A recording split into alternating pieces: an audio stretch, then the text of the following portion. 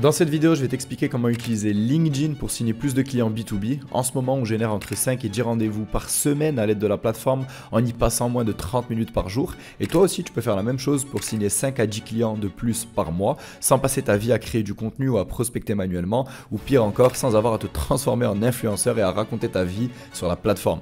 En bonus, je vais aussi t'expliquer comment utiliser des mécanismes de conversion qui vont t'aider à convertir 3 fois plus de prospects même s'ils ne te follow pas déjà sur la plateforme.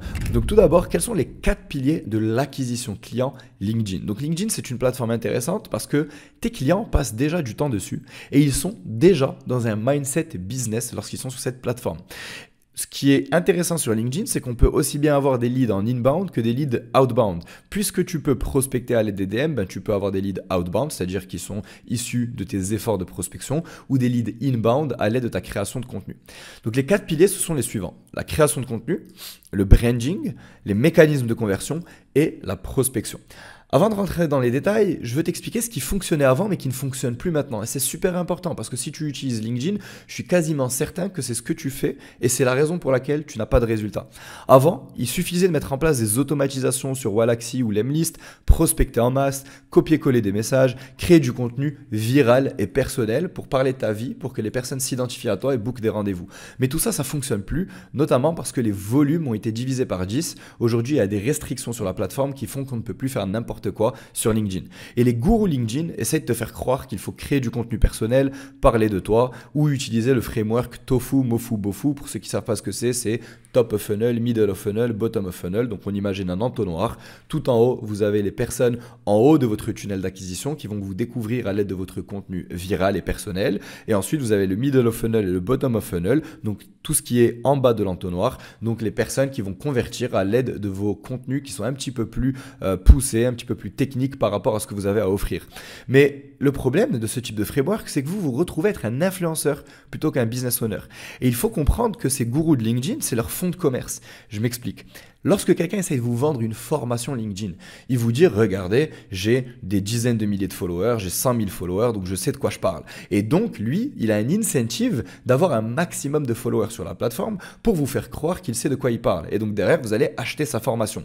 Or, si vous ne vendez pas des services de création de branding sur LinkedIn, on n'en a rien à faire du nombre de followers que vous avez. Tout ce qui nous intéresse, c'est générer des rendez-vous. Et aujourd'hui, nous, certains de nos posts ont objectivement pas beaucoup de succès, 600 impressions, 800 impressions, 1000 impressions, et pourtant ces posts nous génèrent des dizaines de rendez-vous par mois. Donc il faut arrêter d'écouter ces personnes, donc c'est pas votre faute, les coachs de coach sur la plateforme, essayent juste de vous vendre leur méthode révolutionnaire.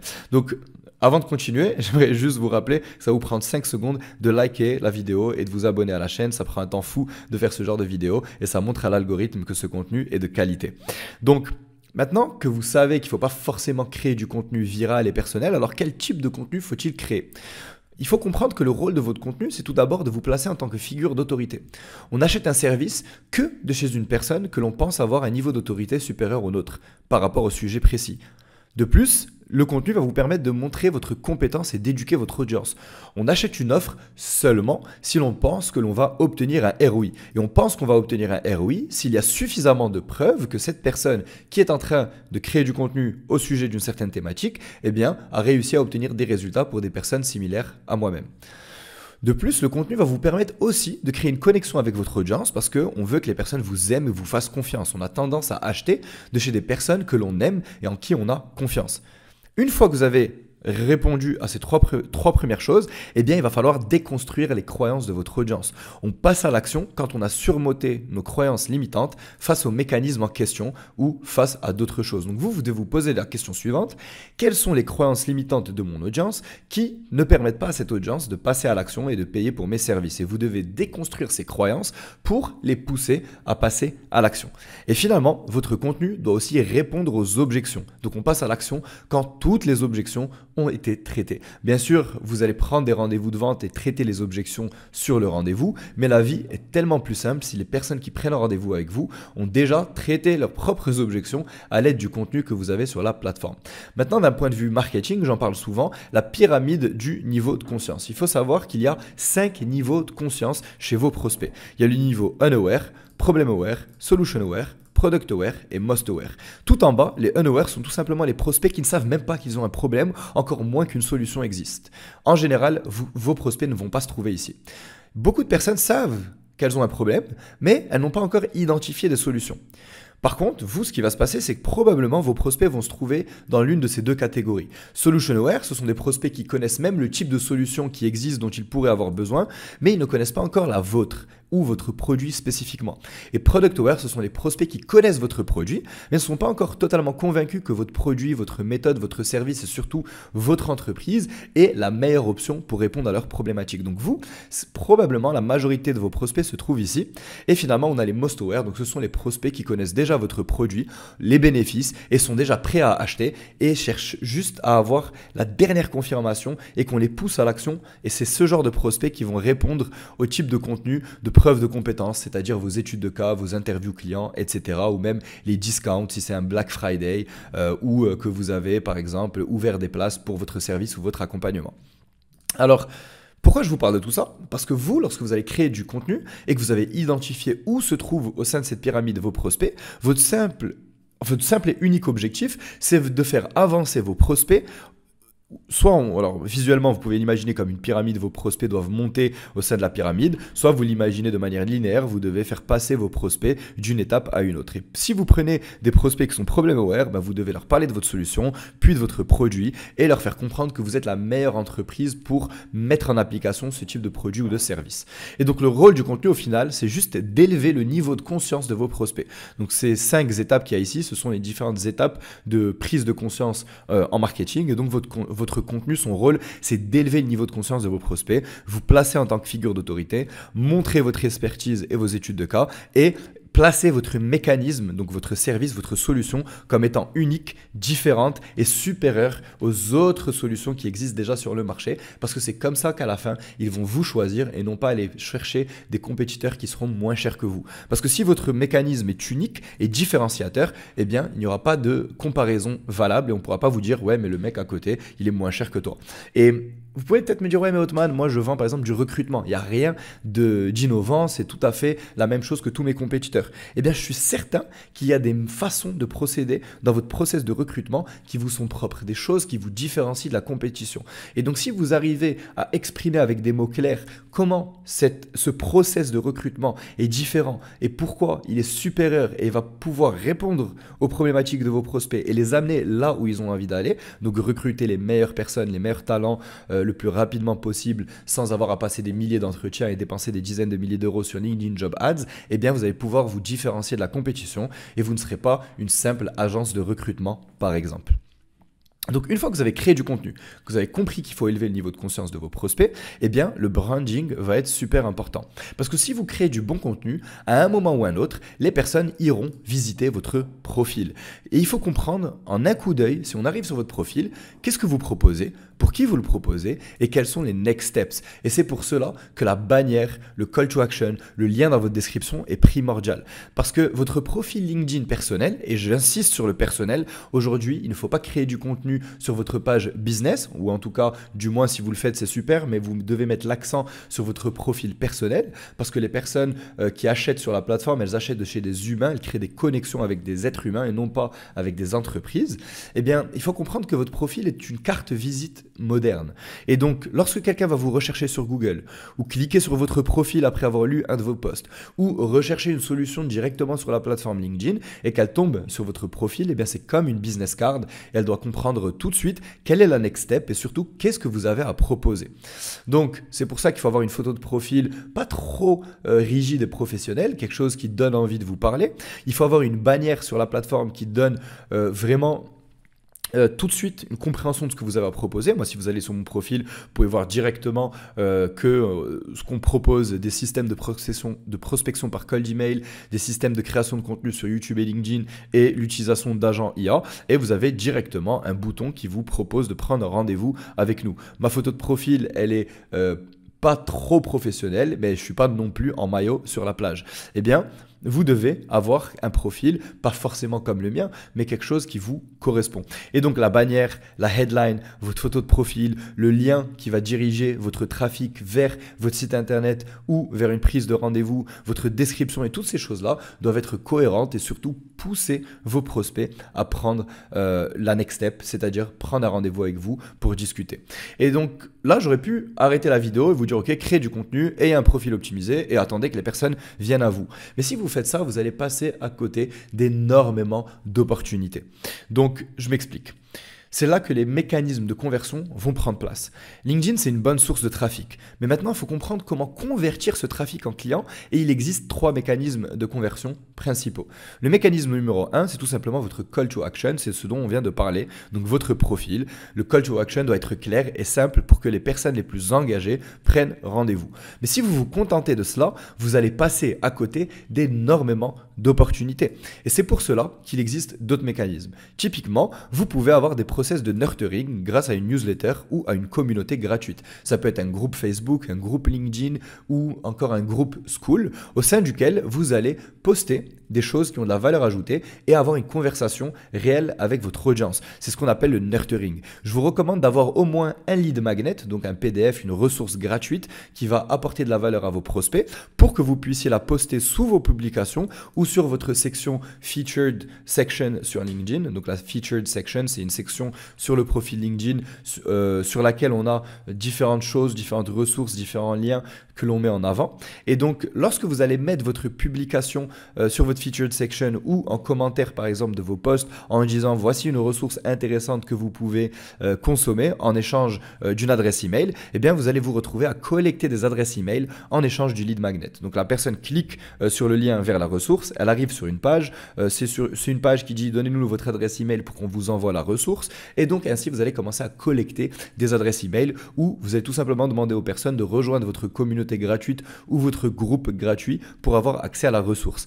Derrière, vous allez créer du contenu par email ou sur votre communauté et ça va vous permettre de rester top of mind sur toutes les plateformes et créer une réelle connexion avec votre audience.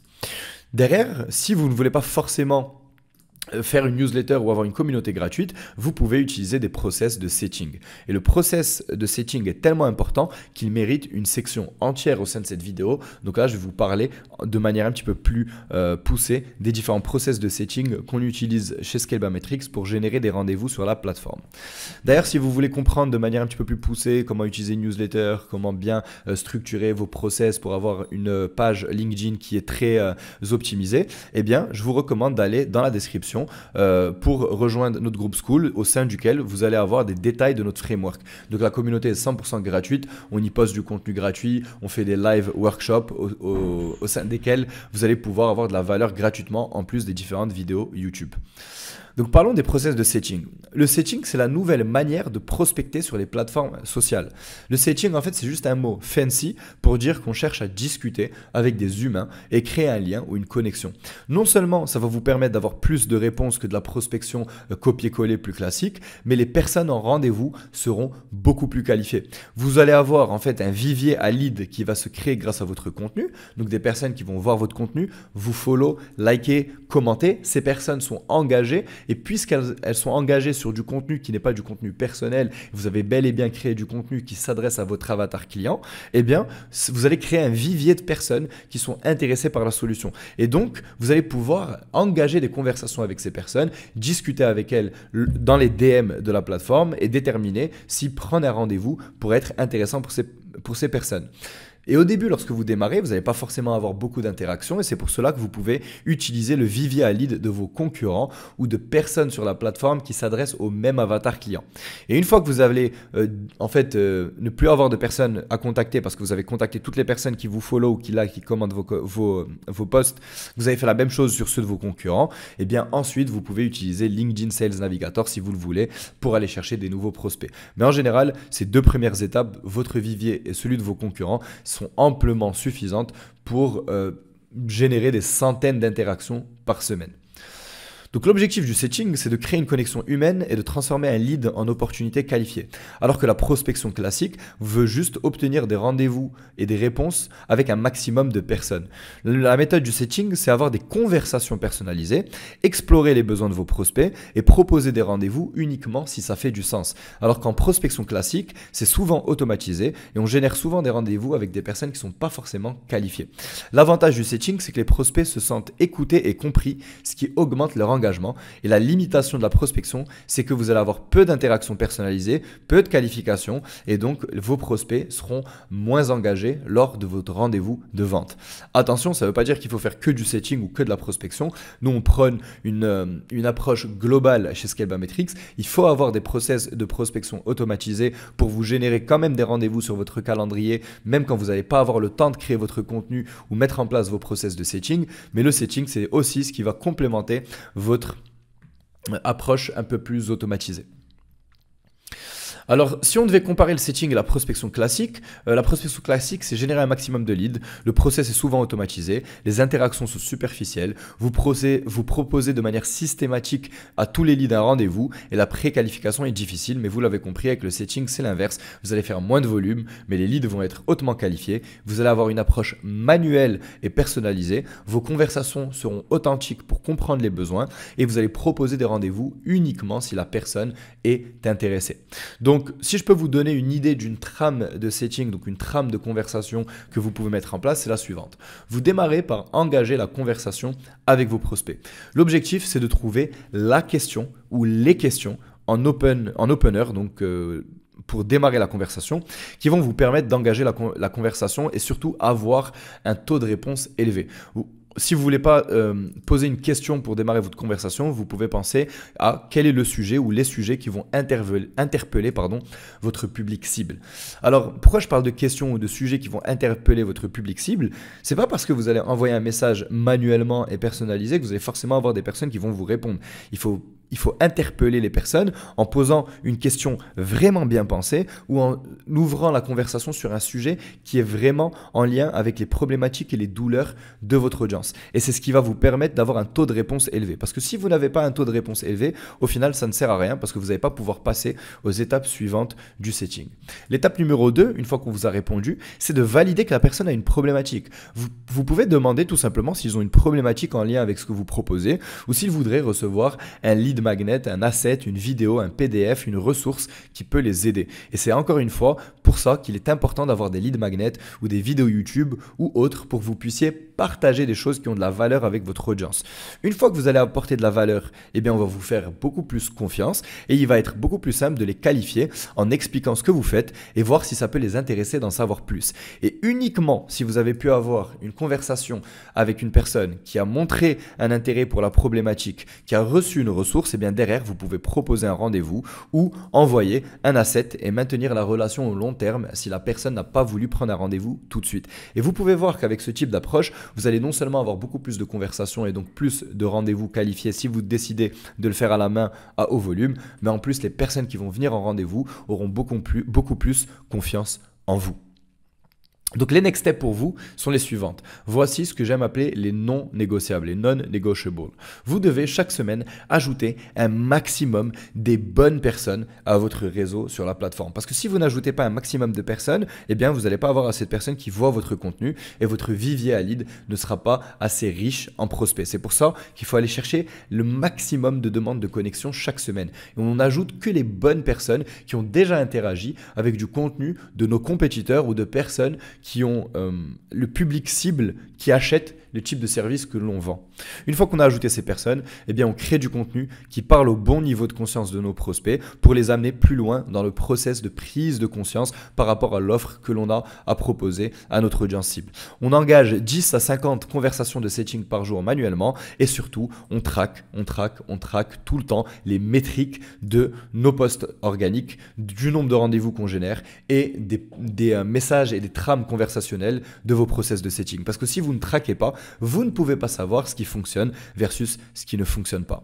Alors, LinkedIn, c'est une super bonne source de génération de leads et de conversion, mais c'est pas suffisant. C'est-à-dire que derrière, il faut comprendre comment associer tout ça à un bon process de vente. Il faut comprendre comment utiliser des agents IA pour vous aider à créer du contenu rapidement et pas vous retrouver à passer des heures tous les jours juste à poster du contenu sur la plateforme. Et derrière, comprendre comment associer LinkedIn à d'autres process d'automatisation de prospection tels que le cold email qui, pour nous, chez Scalebametrics, reste la pierre angulaire de notre acquisition et celle de nos clients.